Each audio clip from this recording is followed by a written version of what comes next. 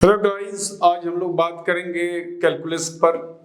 बच्चों, कैलकुलस जो होता है ना, वो मैथमेटिक्स का बहुत ही ज़बरदस्त और काफ़ी इम्पोर्टेंट टॉपिक है ये, और स्पेशली मैथ्स के स्टूडेंट्स के लिए तो है ही। एंड अपार्ट फ्रॉम दैट, जो स्टूडेंट्स बायोलॉजी ऑप्ट किए हैं उनको तो फिजिक्स और केमिस्ट्री भी पढ़ना पड़ता है। तो फिजिक्स केमिस्ट्री में बहुत सारे ऐसे थियरीज जिसका डेरिवेशन हम लोग कैलकुलस के हेल्प से करते हैं। तो हम लोग आज बात करते हैं कैलकुलस का। बिना टाइम गवाए हम लोग बात करेंगे कैलकुलस का। कैलकुलस में क्या है, क्या पढ़ना होता है, क्या जरूरी है, उनके फॉर्मूले को कैसे डिराइव करते हैं, उसका एप्लीकेशन कहाँ कहाँ होता है, कैसे करेंगे, ये सारी बातें मैं आपको सिलसिलेवार इन सारे वीडियोस में बताने वाला हूँ। अगर आप नए हैं, हमारे चैनल पे नए हैं, तो हमारे चैनल को सब्सक्राइब करें, बेल आइकन को प्रेस कर दें, हमारे साथ बने रहें और शुरू से आखिर तक जब मेरा वीडियो शुरू होता है और आखिर तक सारी बातों को सुने। तो लेट्स स्टार्ट कैलकुलस। आप यहाँ पे टैग लगा दो, कैलकुलस। कैलकुलस बच्चों, ये कैलकुलस जो है, हम लोग इसको रिसेंट मैथ्स भी कह सकते हैं।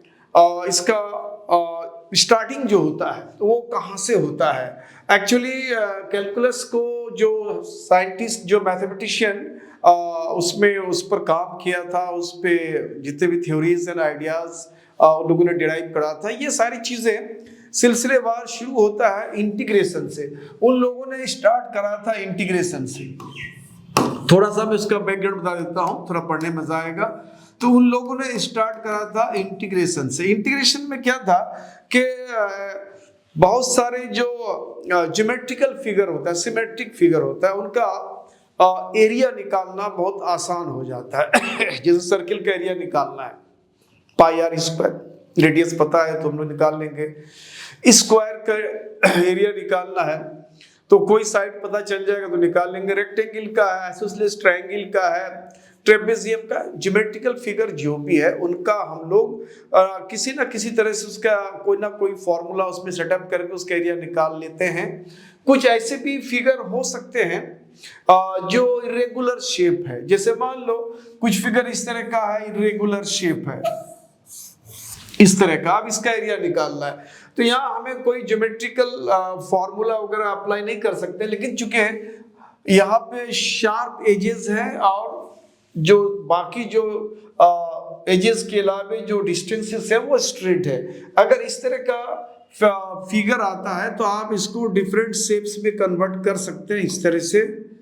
इस तरह से आप डिफरेंट शेप्स में कन्वर्ट करके इसका एरिया मान लो निकाल सकते हैं। मान लो इस तरह का ये स्ट्रेट होता है, अगर स्ट्रेट या नहीं है, शार्प अगर है, शार्प होना चाहिए।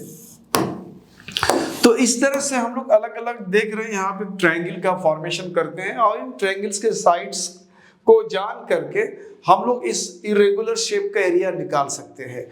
लेकिन अगर कोई फेस अगर इस तरह का हो, कोई फेस इस इरेगुलर शेप का नहीं हो, तो फिर मान लो कि कोई फेस इस तरह का है, अब ये इसका एरिया निकालना पॉसिबल नहीं है कोई ज्योमेट्रिकल फॉर्मूला अप्लाई करके, बिकॉज यहाँ कोई ज्योमेट्रिकल शेप नहीं दे सकते। जैसे वहां हमने ट्रायंगल का शेप दे दिया था, यहाँ नहीं दे पाओगे।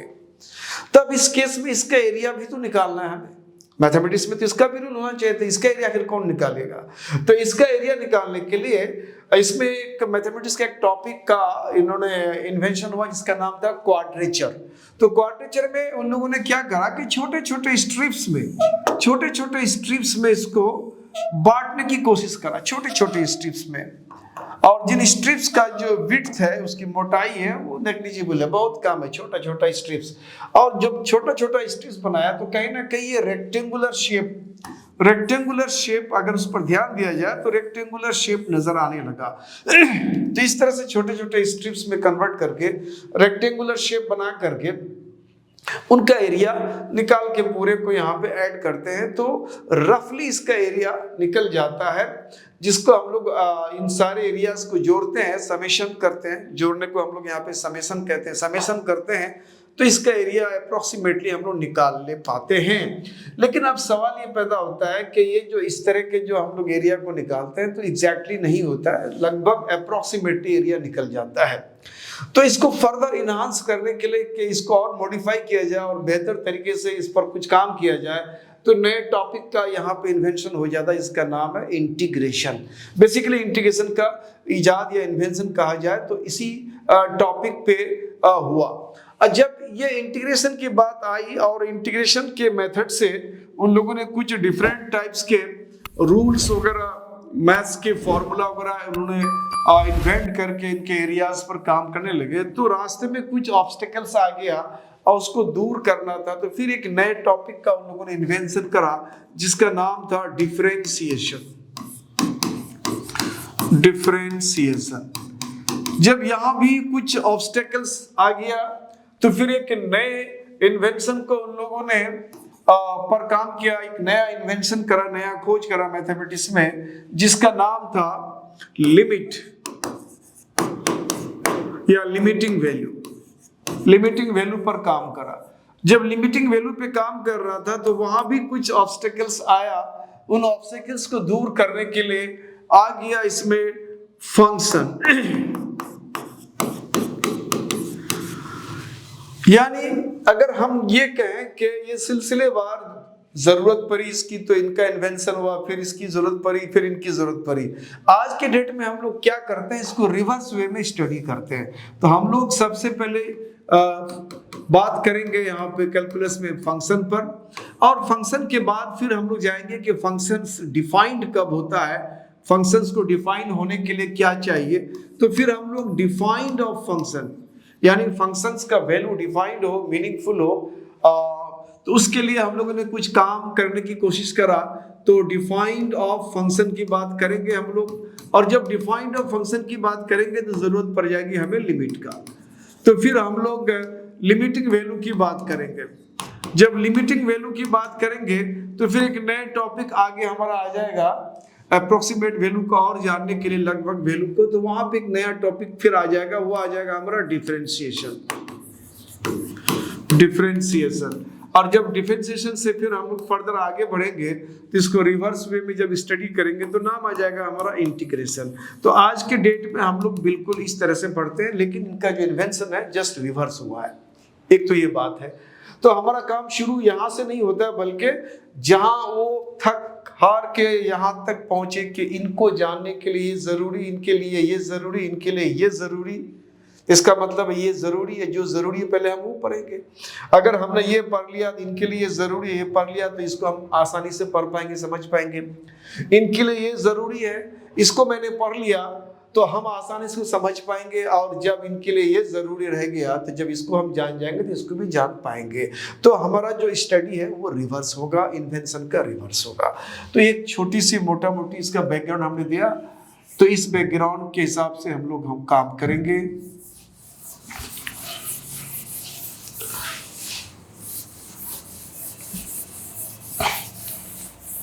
तो आज हम लोग बात करते हैं फंक्शन पर। फंक्शन, सवाल है कि फंक्शन क्या है। फंक्शन को थोड़ा सा हम लोग समझने की कोशिश करें। देखो बच्चों, फंक्शंस को मैं बिल्कुल प्रैक्टिकल वे में मैं आपको समझाना चाहता हूं। प्रैक्टिकल वे में समझने के लिए लेट्स सपोज कि हमारे पास कोई एक ज्योमेट्रिकल फिगर है ना, कोई ज्योमेट्रिकल फिगर है, और वो ज्योमेट्रिकल फिगर हमने मान लिया, कुछ ले लिया, कोई एक ज्योमेट्रिकल फिगर ले लेते हैं, any geometrical figure. Let's suppose ये हमने एक ज्योमेट्रिकल फिगर ले लिया, ज्योमेट्रिकल फिगर ले लिया, हमें यह कलर लेना पड़ेगा, तो कलर में हमने चूज करा व्हाइट। चलो ये ज्योमेट्रिकल फिगर हमने ले लिया और मान लिया कि इसका लेंथ L है और ब्रेड्थ B है। अब इसका अगर हम एरिया की बात करें, इस रेक्टेंगल का एरिया की बात करें, तो बच्चों ये एरिया हो जाएगा length into breadth, L into B। अब हमने क्या करा कि इनके ब्रेड्थ को हमने चेंज नहीं करा, हमने लेंथ को फर्दर चेंज कर दिया। चेंज बोले तो हम बढ़ा भी सकते हैं, घटा भी सकते हैं। अब हमारे पास जो पहले लेंथ L था, हमने इस लेंथ को चेंज करके L डैश कर दिया, मान लो। अब हमारे पास जो न्यू एरिया होगा वो इससे अलग होगा, अलग दिखाना है तो हमने ये डैश कर दिया और ये लिख दिया कि इसका न्यू एरिया हो जाएगा L dash into B। Similarly अगर हमने लेंथ को चेंज नहीं करा ब्रेड्स को चेंज करा। चेंज का मतलब हम बढ़ा भी सकते हैं, घटा भी सकते हैं। चलो हमने बढ़ा दिया, न्यू ब्रेड इसका बी डैश कर दिया, तो एरिया ऑटोमेटिकली चेंज हो जाएगा, अलग हो जाएगा। तो नेक्स्ट एरिया को हमने चेंज दिखाया और लेंथ को हमने चेंज नहीं करा, लेंथ हमारा एल ही रह गया, हमने सिर्फ ब्रेड्स को चेंज किया। और अगर दोनों ही चेंज करते हैं बच्चों तो कुछ इस तरह की बात आ जाएगी कि लेंथ भी चेंज करा, ब्रेड भी चेंज किया, तब भी तो हमारा एरिया चेंज हो जाएगा। क्योंकि दोनों ही चेंज हो चुका है, तो L dash into B dash. यहां आप देख क्या पा रहे हो कि एरिया का जो वैल्यू है, इस फिगर के एरिया का जो वैल्यू है, वो एरिया का वैल्यू इन दोनों पर डिपेंड करता है। यानी लेंथ पे भी डिपेंड करता है और ब्रेड्थ पे भी डिपेंड करता है। क्योंकि हमने लेंथ को जो ही चेंज करेंगे ऑटोमेटिकली एरिया हमारा चेंज हो जाएगा। ब्रेड्थ को चेंज करोगे एरिया चेंज हो जाएगा, दोनों चेंज करोगे तब भी चेंज हो जाएगा। तो ये area definitely depends upon length and bread. तो हम लोग फर्स्ट इसमें जो पॉइंट मिला वो ये मिला कि area depends upon length and breadth, L and B दोनों पे डिपेंड करता है। दूसरी बात, अगर हमने कहा कि एरिया पर क्या ये दोनों एक साथ डिपेंड करता है, एक साथ तो नहीं। जैसे हमने मान लो कि एरिया हमारा ये था, अब एरिया हमारा ए डैश हो गया। जब एरिया हमारा चेंज हो गया तो इधर लेंथ चेंज हुआ है, ब्रेड चेंज नहीं हुआ है। तो जब तक कि ब्रेड्स को हम चेंज नहीं करेंगे वो चेंज नहीं हो रहा है। तो यहाँ पे हमारा एरिया चेंज है, हमने लेंथ को चेंज करके एरिया को चेंज कर दिया, लेकिन ब्रेड्स हमारा चेंज नहीं है। सिमिलरली एरिया, जब मान लो इधर से रिवर्स मानते कि एरिया हमारा चेंज हो गया, तो हमने ब्रेड्स को चेंज कर दिया, एरिया हमारा चेंज हो गया। लेकिन ब्रेड्स को चेंज करने से क्या लेंथ में चेंज आया? नहीं आया। एल पहले था, अभी भी एल ही है। इसका मतलब है कि ये दोनों L and B, length and breadth, ये डायरेक्टली किसी पर डिपेंड नहीं है। ए चेंज किया, एरिया चेंज किया, लेंथ चेंज नहीं हुआ। एरिया चेंज हो गया, ब्रेड चेंज नहीं हुआ। लेकिन इन दोनों में से कोई भी अगर चेंज कर रहा है तो एरिया हमारा चेंज हो जा रहा है। तो area totally depends upon length and breadth. But L B ये डिपेंड्स नहीं करता है, यानी एरिया के चेंज होने से ब्रेड चेंज होगा ही जरूरी नहीं है। हो भी सकता है, ना भी हो सकता है। एरिया चेंज होने से लेंथ चेंज होगा ही जरूरी नहीं है, हो भी सकता है, नहीं भी हो सकता है। मतलब साइमल्टेनियसली ये दोनों एक साथ इस पर डिपेंड नहीं है। तो लेंथ एंड ब्रेड, ये इसको हम लोग बोलेंगे आर इंडिपेंडेंट्स।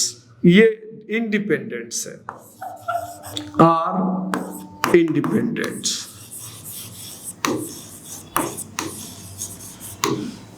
एक बात तो यहां ये समझ में आया। अब हमें ये देखना है कि जो चीज चेंज होता है मैथमेटिक्स में उसको हम लोग वेरिएबल कहते हैं बच्चों। जो चीज चेंज होता है मैथमेटिक्स में उसको हम लोग वेरिएबल कहते हैं। तो यहाँ पे हमारे पास अब चेंज होने वाला कौन कौन है, तो इस पर थोड़ा सा हम लोग अब ध्यान देते हैं क्या क्या चेंज हो रहा है। तो अब इसमें जो हमें चीज मिला, पहली बात, पहला ये है कि ए चेंज हो रहा है, एरिया हमारा चेंज हो रहा है, चेंजेस। दूसरा ये है कि लेंथ भी चेंज हो रहा है, उसको भी कर रहे हैं हम। और तीसरा ये है कि ब्रेड्थ भी चेंज हो रहा है। लेकिन ये दूसरे पर टोटली डिपेंड है, लेंथ एंड ब्रेड दोनों पर डिपेंड है। ये कोई भी चेंज करेगा ये चेंज हो जाएगा। तो ये दोनों पर डिपेंड है और चेंज वाले को वेरिएबल कहते हैं, इसलिए इसका नाम है डिपेंडेंट वेरिएबल। इसका नाम है डिपेंडेंट वेरिएबल, बदलने वाले का नाम वेरिएबल है। और ये दोनों इंडिपेंडेंट है, साइमल्टेनियसली एक साथ डिपेंड नहीं करता है। तो ये हमारा इंडिपेंडेंट वेरिएबल है, इंडिपेंडेंट वेरिएबल। तो हमारे पास दो तरह का वेरिएबल आ गया है। इन शॉर्ट अगर हम देखें टेक्निकली तो हमारे पास दो तरह का वेरिएबल आ गया। एक वेरिएबल का नाम हो गया डिपेंडेंट वेरिएबल, दूसरा हो गया इंडिपेंडेंट वेरिएबल। डिपेंडेंट वेरिएबल जो है वो डिपेंड करता है किस पर? इंडिपेंडेंट वेरिएबल पर। तो हम अब चौथा पॉइंट कह सकते हैं कि डिपेंडेंट वेरिएबल किस पर डिपेंड करता है? डिपेंडेंट है तो किस पर डिपेंड करता है? तो डिपेंडेंट वेरिएबल डिपेंड्स अपॉन, इन दोनों पर, upon independent variable. Independent variable, ये जो डिपेंडेंसी है इसको हम लोग यहां पे एक नया नाम देते हैं जिसको हम लोग बोलते हैं फंक्शन। तो बोलेंगे कि dependent variables is function of independent variable। यानी डिपेंडेंट वेरिएबल इंडिपेंडेंट वेरिएबल का फंक्शन है, यानी उस पर वो कंप्लीट डिपेंड करता है। तो एक बात यहाँ आ गई, कॉन्सेप्ट ऑफ फंक्शन को अगर टेक्निकली समझें तो ये चीज आपको यही समझना है कि फंक्शंस एक रिलेशन है डिपेंडेंट वेरिएबल और इंडिपेंडेंट वेरिएबल का। डिपेंडेंट वेरिएबल जो है वो फंक्शन होता है इंडिपेंडेंट वेरिएबल का। तो यहाँ पे डिपेंडेंसी को हम लोग एक न्यू नाम दिया जिसको हम लोगों ने फंक्शन का। तो फंक्शन का बिल्कुल एक कॉन्सेप्ट जो है यही है कि कोई किसी पर डिपेंड करता है तो वो उसका फंक्शन है। तो अब हम कहेंगे कि डिपेंडेंट वेरिएबल इस फंक्शन को सिंबलाइज करते हैं एफ से हम लोग फंक्शन ऑफ इंडिपेंडेंट वेरिएबल। तो एक तो ये हमने रिलेशन डिराइव करा। जनरली हम लोग करते हैं क्या है, डिपेंडेंट वेरिएबल को ज्यादातर हम लोग अभी देखेंगे कैलकुलस में आगे बढ़ेंगे। सपोज y इसको कंसीडर करते हैं और यहाँ लिखते हैं कि independent variable may be more than one, तो बहुत सारे हो सकता है। अभी हमने x एक कंसीडर करा तो हमने कहा कि y is a function of x। इसका मतलब ये हुआ कि दो बातें यहाँ पे आई। इसका मतलब है कि y जो है वो डिपेंडेंट वेरिएबल है। y जो है डिपेंडेंट वेरिएबल है। दूसरी बात ये आ गया कि x जो है यहाँ पे इसको इंडिपेंडेंट के प्लेस में रखते हैं, ये इंडिपेंडेंट वेरिएबल है। तो तीसरी बात ये आ गया कि y जो है डिपेंड करता है, complete depends upon x। y depends upon x। अब यहाँ पे हम ये कह सकते हैं कि एरिया, हमने जो एरिया लिया था, area is function of length and breadth. यानी एरिया जो है लेंथ और ब्रेड्थ का फंक्शन है। तो हमने इसको इस तरह से इसको समराइज किया कि एरिया जो है वो लेंथ एंड ब्रेड्थ दोनों का ये फंक्शन है, चूंकि दोनों पर डिपेंड है। अब ये हुआ इन दोनों के बीच में रिलेशन, यानी एरिया का रिलेशन लेंथ और ब्रेड्थ के साथ है, यानी एरिया इन दोनों पे डिपेंड है। दैट्स व्हाई इसको सिंबलाइज करा हमने कि area is function of length and breadth. तो यहाँ तक तो ये फंक्शन हमने नाम दे दिया, बट यहाँ पे अब आता है defined of function. Defined of function की बात ये आती है कि अगर एरिया डिपेंड करता है लेंथ एंड ब्रेड्थ पे, तो डिपेंड किस तरह का डिपेंड है, वो कैसा डिपेंड, किस तरह का डिपेंड करता है, बात आती है ना। मान लो कि आप किसी पर डिपेंड हो, जैसे आप पढ़ते हो तो आप किसी पर डिपेंड हो, गार्जियन पे डिपेंड हो। गार्जियन आपके पढ़ने लिखने का जितना भी एक्सपेंसेस है प्रोवाइड करते हैं। टीचर पे डिपेंड हो, टीचर आपको पढ़ाते हैं। तो दोस्त पर डिपेंड हो सकते हो, दोस्त तुमको किसी तरह से मदद कर सकते हैं। क्लास बंक कर गया, क्लास से छूट गया, तो दोस्त के नोट से उसको तुमने नोट्स कर लिया या दोस्त से समझ लिया। तो डिपेंडेंसी का बहुत सारा उपाय हो सकता है, वेज हो सकता है। तो एक डिपेंडेंसी जब बात आती है तो फिर बताएं कि नहीं डिपेंड, आप अगर आप तीन पर डिपेंड कर रहे हो, मान लो कि तुम गार्जियन पे भी डिपेंड हो, टीचर पे डिपेंड हो, दोस्त फ्रेंड्स पर डिपेंड हो, तो तीनों की डिपेंडेंसी अलग अलग है। तो यहाँ अगर बोलेंगे कि किस टाइप के डिपेंडेंट गार्जियन पे, बोले कि गार्जियन पूरा खर्च देते हैं यार, पढ़ने लिखने, खाने पीने, कपड़ा लत्ता, घूमने फिरने, मोबाइल, ये सारे एक्सपेंसेस हमारे गार्जियन बियर करते हैं, उसके बिना नहीं हो सकता है। आप उस पर डिपेंड हो, टीचर पे डिपेंड हो किस तरह का, तो टीचर आपको पढ़ाते हैं। दोस्त पे कैसे डिपेंड हो कि भी क्लास नहीं किया, क्लास किया समझ में नहीं आया, या नोट्स किया नहीं किया, दोस्त से हेल्प लेकर तुम समझ सकते हो, या दोस्त की मदद से तुम उसको दोस्त ने क्लास करा उसके नोट से तुम नोट्स कर सकते हो। तो मतलब यहाँ गार्जियन, टीचर, फ्रेंड्स तीनों पर डिपेंड हो, बट तीनों की डिपेंडेंसी डिफरेंट टाइप का है। तो फिर क्वेश्चन आता है कि डिपेंड तो है, that very area depends on the length, side length and breadth, but types of difference क्या है, किस तरह का डिपेंडेंसी है। तो हम लोग बोलते हैं डिपेंडेंसी जो है उसका जो इस तरह का है, यानी एरिया फंक्शन है एल बी का किस तरह का है, उसके बाद ये हम क्लियर करते हैं कि ये लेंथ एंड ब्रेथ को मल्टीप्लाई कर देंगे तब हमें एरिया मिलता है। तो फाइनली फंक्शन को अगर मोर डिफाइंड वे में अगर हम बताते हैं तो इस तरह से हम बताते हैं कि ये फंक्शन किस पर डिपेंड है, वो सिंबल है। यहाँ पे सिर्फ हमने डिपेंडेंसी बताया, y x पे किस तरह का डिपेंड है हमने यह क्लियर नहीं करा है। अगर हम चाहते हैं कि इसको हमको क्लियर करना है कि किस तरह का डिपेंड है, तो मान लिया जाए कि हमने कुछ इसको इस तरह से लिख दिया, ये लिख दिया कि x² + 1 इस तरह का डिपेंडेंस, या कुछ भी लिख सकते हैं। यानी x का वैल्यू हम यहाँ पे सब्स्टिट्यूट करेंगे, डिफरेंट डिफरेंट वैल्यू रखेंगे तो y का वैल्यू डिफरेंट डिफरेंट मिलेगा। तो y किस तरह का डिपेंड, तो यहाँ क्लियर हो गया।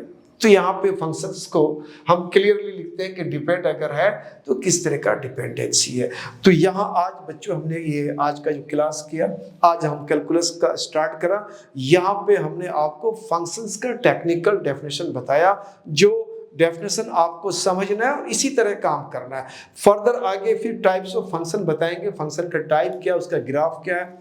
फिर हम फंक्शंस को फिर रीडिफाइन करेंगे, जो आपके करिकुलम यानी जो एनसीईआरटी बुक जिसको फॉलो करते हैं उसके हिसाब से उसका डेफिनेशन फिर मैं लिखूंगा। अभी मैं आपको कैलकुलस जो पढ़ाऊंगा आपके दिमाग में सेटअप तैयार होना चाहिए कि सर बार बार फंक्शन फंक्शन बोलते हैं, ये फंक्शन है क्या। तो उस फंक्शन को समझने के लिए मैंने आपको टेक्निकली एक कॉन्सेप्ट दिया, this is the concept of function. Further function का डेफिनेशन फिर मैं आगे करूंगा। आज की क्लास यहीं पे एंड होता है। Thank you for watching my channel, keep it up.